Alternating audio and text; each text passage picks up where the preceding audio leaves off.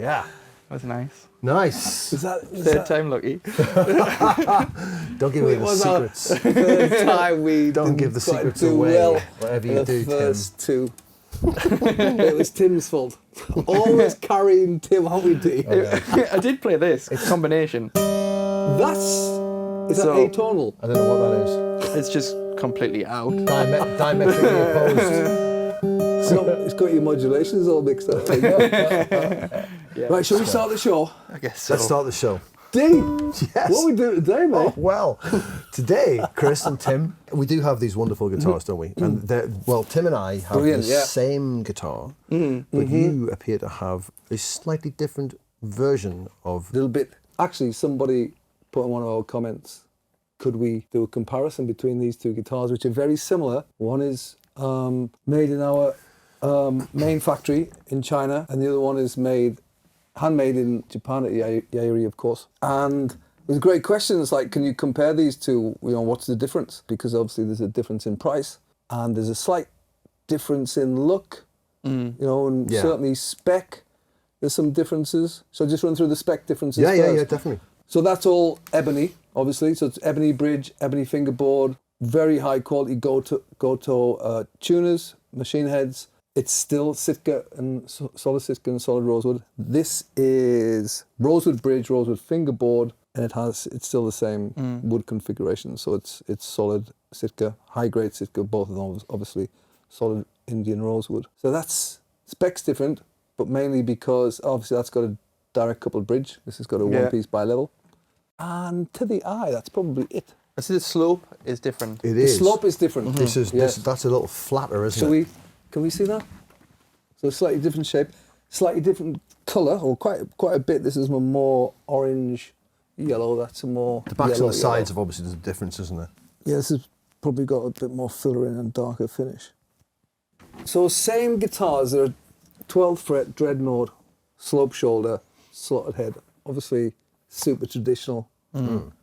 Somehow it's like I don't know if it's just us or what's going on, because it seems like the trend's very grand auditorium cutaway, OM cutaway, but somehow we're selling loads of slope shoulder, and it seems to be a real demand at the moment. 12th fret slope shoulder dreadnoughts. They've got a great look. Coming back round a bit or whatever it might be, but somehow they're very popular at the moment. They sound good, don't they? They sound great. That's the thing that sells guitars. When we did the 12th and 14th fret comparison last time, I was playing that. You were playing this one. I've got to tell you, I loved it. I mean, Tim's guitar is wonderful. This is great. This is very good. But I was going to say, I demo the guitars, and when one comes around that I like, and so far there's been this and the FYM70, I'll ring Chris up and I'll say, Chris, please, come to a deal with this guitar. So I do get the absolute pick of the litter with the guitars. That's one major perk there. That's good. These two are Benchmade guitars, and what that means in the Yairi factory is that luthier and craftsmen have influenced the finished product. Although the bracing design is the same, and everything about them is very similar, they're also slightly different because somebody has tuned those tops. And what that means is, first of all, it starts when you're selecting a top, how stiff that top might be. So you select tops for two reasons. We're going to do more about this. Got some tops coming over and stuff. Oh, cool. So you select for cosmetics and also stiffness. When a top looks great and it's loads of silking and going on and it's stiff all the way through, you can cut it slightly thinner. So they may decide just to thin that top a little more. Okay. Then, obviously, when they get to bracing, they're tapping that top and they're feeling what resonates. So they're marrying the bracing to the top wood. May take a little bit more wood off because he's standing there with a chisel, right? Right. So he's on the bench, and he's just shaving. It's like just do these super sharp Japanese tools, which you can cut through wood with butter with a knife, hot knife, And then they're listening to it, so they hold it up by the sound hole and they'll tap. They'll get some resonance in there. And you think, I'll just go back. And Mr. Yairi used to call it listening with his hands, which is lovely. Nice. So that's what's gone on here, and that's like the difference that you get with handmade guitars. Obviously, people need to know what they're doing, but you get that personal approach where in more mass produced or a factory situation, you still get design because you've designed all the bracing, you've designed the specs, you've designed the systems, all that sort of stuff. But obviously, nobody's reading every piece of wood. Same with the neck. So there's one guy, couple of guys, but one guy mainly who's been there a long time. He spoke shaves, you know, like an old-fashioned spoke shave. So he shaves every neck and he feels it. You know, and you see him in there and he's up and down and he'll just take a little bit off. And he's, you know, where this neck is cut by a CNC machine, which is cool as well. Yeah. Because it's a great finish and all that sort of stuff. But we're not reading the wood all the way through the build. Yeah. It's like it's been designed and that's how it's going to be made. Where somebody's making decisions through the process on your guitars. Yeah. That's what you pay for. And what I love about luthiers, when you see them and they're so technical, and I've said that before, they're academic in a way, and they're caring. They know this is going to be in somebody's hands. Certainly our guys, like they, you know, and they take it very, very seriously. Yeah, and what you get then is you get like, with kind of the stuff made in the main Chinese factory, you get a lot of consistency. Yeah. A lot of the guitars come out, and if it sounds good, the next one will also sound good if it's the same model. Whereas with these, you get personality, I'd say. Yeah. Like they all sound great. Like I'm a big fan of a lot of the Yairi stuff, but there's difference in them, you know. Like there's two guitars here that sit next to each other, and they're not the same. Yeah, not the same guitar. But they're both great. But this one might suit someone more than, and that one might suit someone. If you're strumming a lot, that one there's would more probably boom to yours. Yeah, that's what I mean. So if you're giving it if your role in a musical ensemble is to strum a lot, you'd probably be better off with that one than this one. Yeah. This one, I've been recording this week, and I've been doing a lot of. I did a little finger picking thing. Used the capo a couple of times. Just got some little variations. Very close mic'd, just quietly. I'll play it later on. Yeah. It sounds lovely. It sounds great. I mean, it's a beautiful recording guitar. This, you know, but it's different to that. It's fascinating. That's got lots. He's got lots of woof and bottom end. You know, it's like all that big sound. But obviously, you know, Tim and I both have these guitars, and then I played that when we were doing the 12th and 14th fret episode, and I loved that. I think this sounds brilliant. It's a lovely guitar. I think that sounds amazing. Yeah. But they're very different, and like again, it's either personal preference or maybe what you want to use them for. So if we go beyond spec and manufacturing, this has a different bracing system to that. So that does have FST2. And FST2 stands for forward shifted type 2. And many years ago, when we were in the Yairi designing bracing systems, one of the ideas I came up with was changed by one of the guys, or he added to it. And that resulted in FST2. And it's a forward shifted. So forward shifted, I think we've mentioned, when the axis of the X is close to the sound hole. So it brings the whole bracing forward, so you get a larger area in the soundboard. And the change that was made in the factory was that you'll see something on some verbiage on FST2 that says asymmetric tone bars. So I think we've talked about that before, where the tone bars are opposing design. So one's like this and the other one's scooped out the middle. Where this one has got FS6, which is most of our artists and Masterworks have FS6 now, except big-bodied guitars like jumbos and baritones. Yeah. So FST2 is stronger, there's more wood, the struts are bigger. But because somebody's taken their time and they've tuned that top, they've got the best out of that mass. So this is lighter bracing, but it's like one size fits each dreadnought. Nobody's made any considerations to change that bracing, but I think FS6 is a very open sounding. There's loads of air in this guitar, and it's really, the projection's very open. Yeah. Hasn't got that woof and the boom, but it's got plenty of low end. Yeah. Is it the same bracing on the MD60? Yeah. Yeah, because same. That's a guitar I have and no one I've done a tour with, and that's a great sounding guitar. So this is a lighter weight strut than that one. That's 8mm, this is 6. Right. So the struts are lighter. Scalloping is different, but somebody's tuned that guitar throughout the build. We're going to make another video upstairs, and we'll do like close mic these. Yeah, and we'll do a compare proper them both, comparison. yeah. But if you can, you know,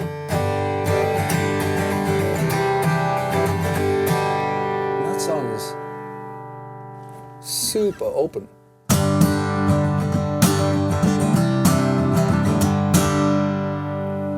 Might as well. Got a different microphone than you used to, but Oh yeah.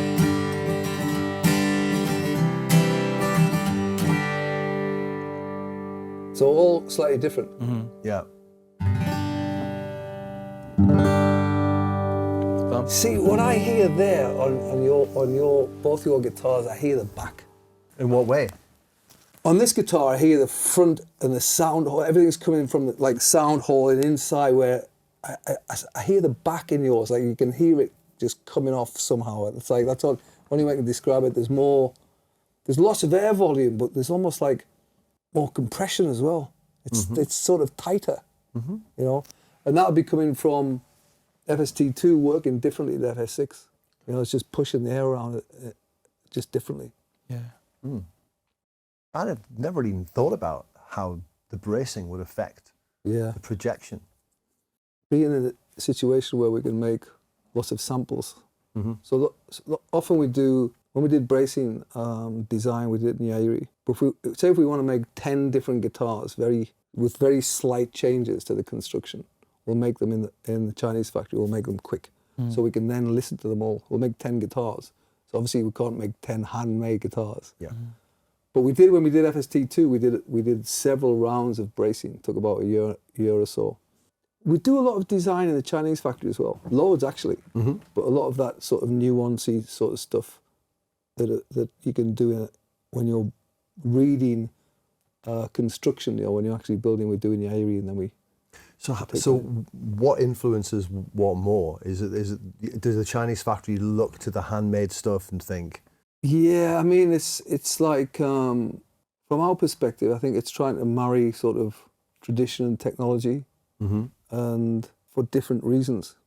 So some people may not be able to afford to pay $3,000 or £2,500 or whatever for a guitar, and that's a very real Absolutely. parameter.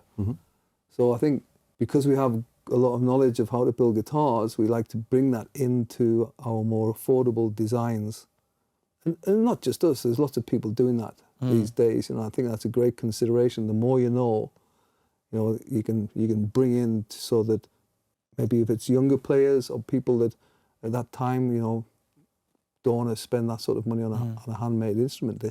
These days, you get great guitars. I mean, for $500, $600, you're getting something really considered. Good tone woods, you know. So that's a good thing for the guitar business and musicians. Because there's no way, like when I was like 10 years ago when I became a professional musician, like there's no way I could have afforded a handmade guitar. You know, you just can't. But the guitars you can get now are just like, they're cut above what you could get even 10 years ago for, especially in the acoustic world. Yeah. So seeing things come down, like you buy this, right? Great, you're probably gonna love it. But you buy that, you're gonna love it too. Yeah. It is just like the slight differences we talk about. It's like there's missing the completely handmade element, but that's where the price difference is, I suppose. I'd be fine playing either of these two in a gig or a studio setting, and either would work perfectly well. Yeah. And it's you know, I was just thinking there when I first bought a guitar. I mean, when I was young, I never heard the words like resonance and response and sustain and understanding what wood meant. And I guess it's the internet that's become the vehicle for knowledge and telling everybody, you know. So everybody is so well informed these days. Right? But you're right. So the thing about people knowing more, it's a general.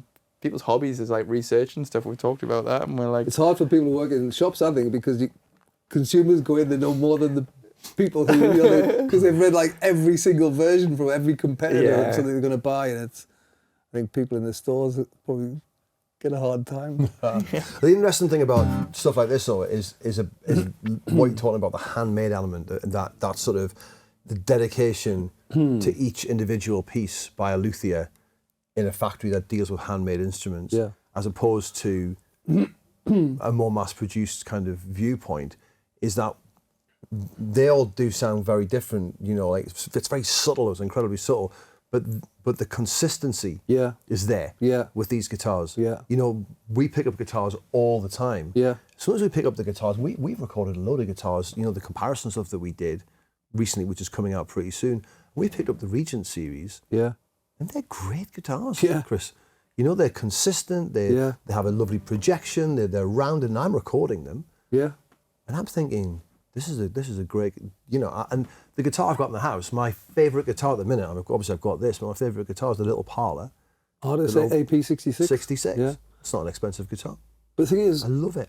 Because we make entry-level guitars, we're not going to think, oh, well, it's only entry-level, just put whatever out. You know, it's like, it's your responsibility, you know, put out a decent, whatever price point it is. Just one more thing on the Yairi is there's more time in that factory. That factory's been there 80 years. Right? And over that 80 years, especially through Mr. Yairi's life, he bought so much tone wood. So the rosewood on these guitars will have been there at least 5 years. In the more affordable price points, you know, you're accelerating wood processing. So you're drying stuff quicker. You're using, you know, vacuum kilns and computer kilns and this. So you know, the wood arrives, and it's probably, for us anyway, and you know, just to be honest, I think it's certainly within a year it's going to be made into a guitar. And some of our processes for different woods can take longer. Acacia we keep for a couple of years, but in the Artist and Masterworks series, you know, it's probably 8 to 12 months. But that Sitka and that rosewood would have been at Yairi a long time naturally processing, and Kearney is a good place for wood to sit and rest. Right. Every time I pick up a Yairi, every time I pick it up, I go, oh God, it's so light. I remember, I've got a vivid memory of you coming around my old house when I lived in County Durham, and we hadn't known each other that long, and I had a bunch of guitars in the spare room, and you came into like my home studio, and you like picked up a Yairi, and you were like, oh, it's just so light. And I watched you, like, you didn't knock it off anything, you just knew it was so light, and you like handled it and then put it down, and I guess that was when I realized, like, oh yeah, these things are. Then I started going around again, the learning process, like pick this one up, like then, a Honduran. Every time I pick up like an FYM or a DYM60, they're so light. You know, the wood's just rested and and you know, the dry, the right amount of dry and the thin finish, and but it starts with somebody thinking about, how am I going to cut these braces, or how am I going to sand this top? That's a good description of all the differences then. There you go. Whoever asked that question, I'm sorry, I can't remember your name. Great question. I think we're answering more questions as well. More questions coming. We are, but we'll do the we'll go upstairs and we'll record. Okay. We'll stick the same mic, same position, same play the same thing, and we'll hear the difference. Yeah.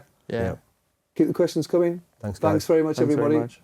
Goodbye. Bye-bye. Bye.